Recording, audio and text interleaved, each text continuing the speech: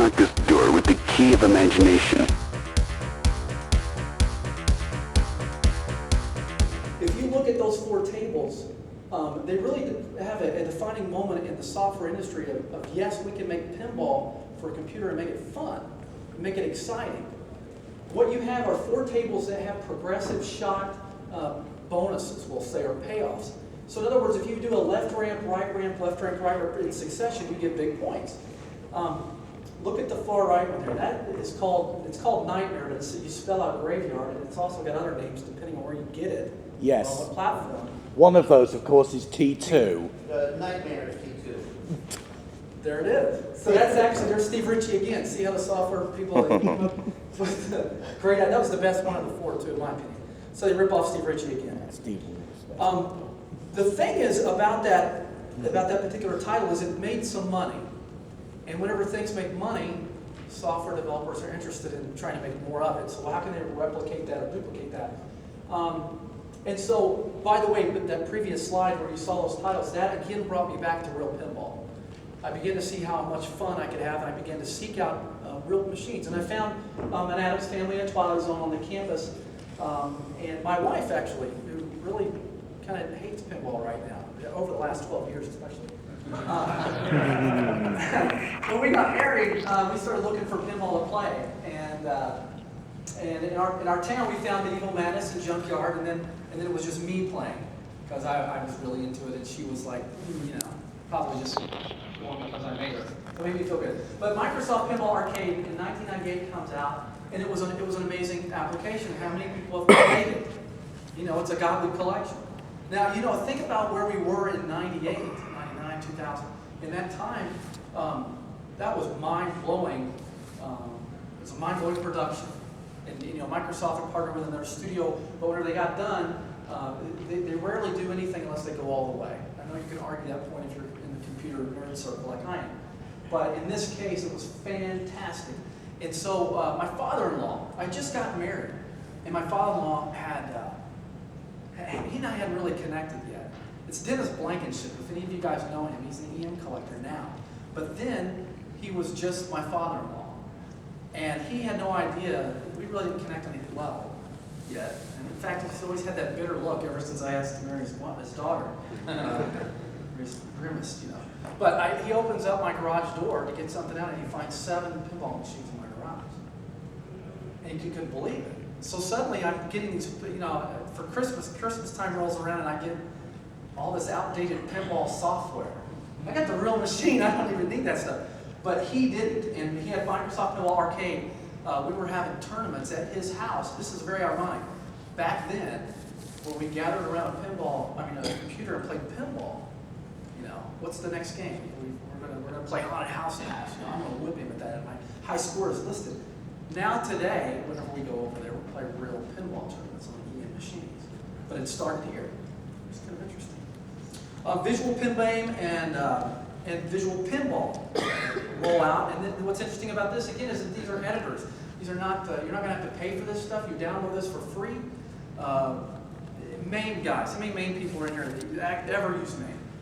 Quite a few of you.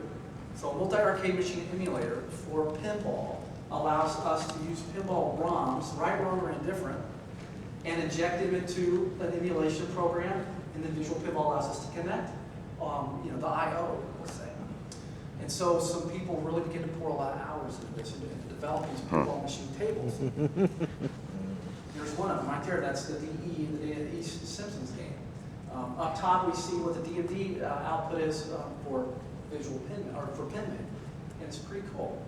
So whenever like the Linux effect, you could say, whenever you get enough of people who feel passionately about something, software in this case, there's almost unlimited abilities that people can reach.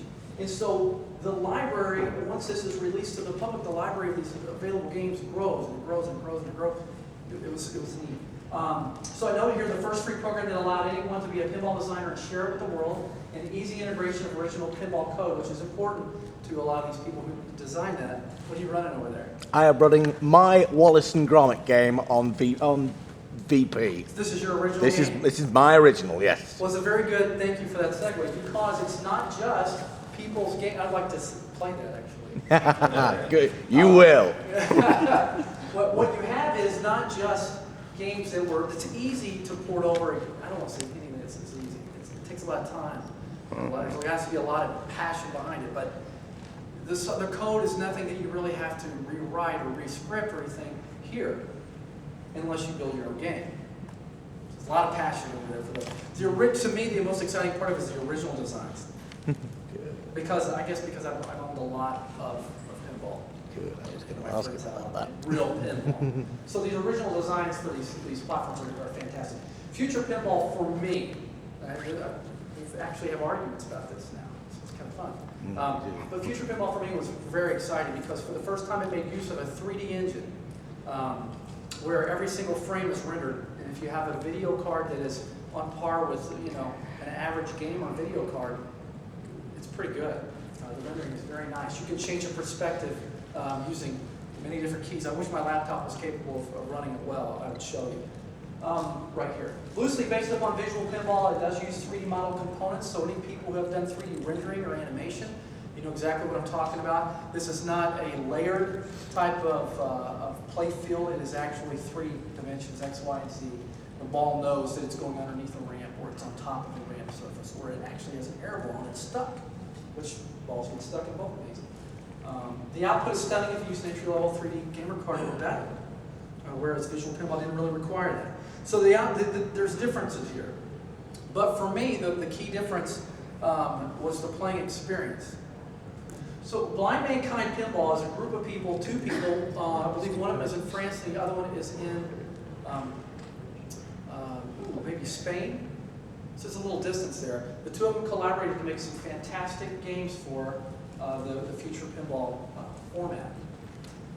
What happened to me is I downloaded Future Pinball upon building a PC, and it had a pretty good video card. And I said, I'm really going to give this a chance here. Let's see what is new out there. What original ideas and innovations have come out with these people who are designing tables. Designing tables. It's exactly what they're doing. By the way, how many design jobs are available right now in the world for pinball design to get paid? There's 1. It's not available though. No. So you're right. 0 is right.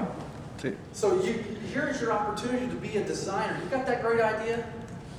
This is it. These guys went all the way. This game that you see is a flyer for 3 Angels, a pinball simulation. It's fantastic. It's got a great theme, deep rule sets, professional graphics, professional sounds and music. There's hundreds of sound bites in there. They have tried to copy some of the best pinball designs ever. I played it and I had a great experience. I thought it was fantastic and I said, I have to put this in a cabinet because I'm tired of doing this.